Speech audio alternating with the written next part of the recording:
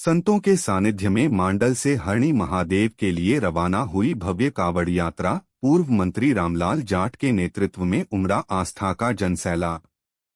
धर्म में राजनीति नहीं, बल्कि धर्म और नीति से राजनीति होनी चाहिए। पूर्व मंत्री रामलाल जाट। भीलवाड़ा। राजकुमार गोयल। विभिन्न सामाजिक संगठनों व सर्वसमाज ने जगह जगह किया कावड़ियों का भव्य स्वागत। हरणी महादेव में हुआ महाजलाभिषेक।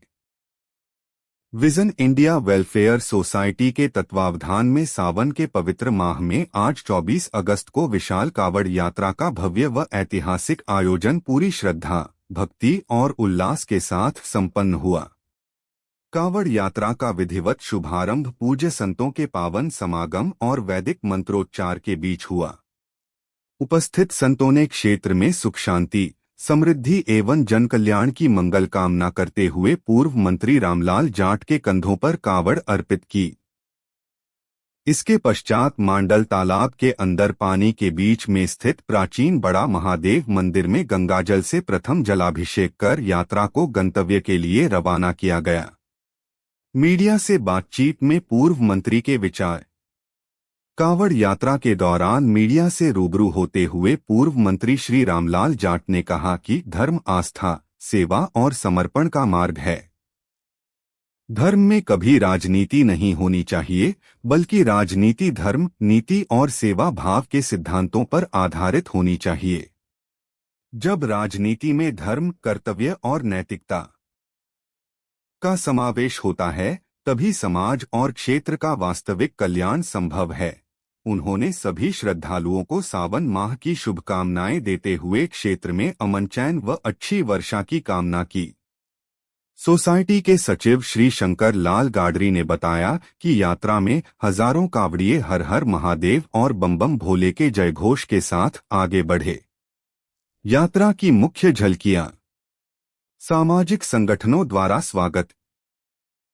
यात्रा मार्ग में विभिन्न सामाजिक संगठनों, सर्वसमाज के प्रतिनिधियों, व्यापार मंडलों एवं ग्रामवासियों द्वारा जगह जगह पुष्प वर्षा कर। पिछले कुछ सालों से जो कावड़ यात्रा भीलवाड़ा में मांडल की पाल से हरणी महादेव जो गंगा जल से निकाली जाती है, इसके पीछे मुख्य उद्देश्य है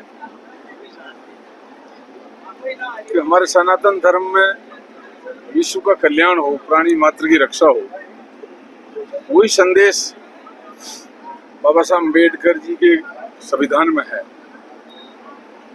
कुछ समय से ही कुछ लोग सत्ता पाने के लिए धर्म का और जाति का सपोर्ट लेकर लोगों में भाईचारा खत्म करते हैं।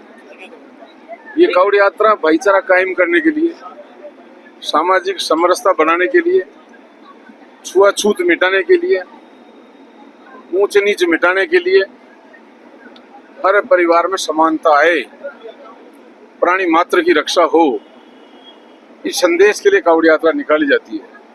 तो समुद्र मंथन में भी, जैसा हमारे धर्मगुरु कहते हैं, आदि अनादि देव महादेव ने जहर पीकर नीलकंठ कहलाए। इसी चीज को आज पूरे हिंदुस्तान में राहुल गांधी जी संविधान को, सनातन धर्म को बचाने के लिए, भाईचारा कायम करने के लिए एक संदेश दे रहे हैं। हम भी उसी तर्ज पर एक कावड़ यात्रा निकाल रहे हैं ताकि युवाओं को रोजगार मिले, किसान को उनकी उपज का दाम मिले, मजदूर को उसके मेहनत पसीने का हक मिले, महिला और बच्चों और बुजुर्गों को सम्मान मिले, न्याय मिले, अत्याचार नहीं हो। ये संदेश कावड़ यात्रा देती है। इसीलिए हजारों की संख्या में भक्त नाचते गाते, कई लोग प्रसाद वितरण करते, हरणी महादेव की गंगा जल चढ़ाएंगे, बचे हुए जल को अपने गांव में, क्योंकि आजकल देखने में दिखता है हमारे महाराज जी मंत्र श्लोक बोलते हैं, तो पितृ देवताओं के लिए, ग्राम देवताओं के लिए, स्थान देवताओं के लिए, लोकपाल भैरू जी के लिए, क्षेत्रीय देवताओं के लिए पहले जहाँ आप जन्म लेते हैं, फिर अपना कर्म करते हैं, वो देवताओं को ध्यान करके माता पिता की सेवा करें। लेकिन देखने में आया कि घर को पूत कुंवारो डोले पड़ोसियों का फेरा करा हुआ है। आज ही कुर्सी सत्ता पाने के लिए कुछ लोग धर्म की आड़ लेकर ऐसा काम करते हैं।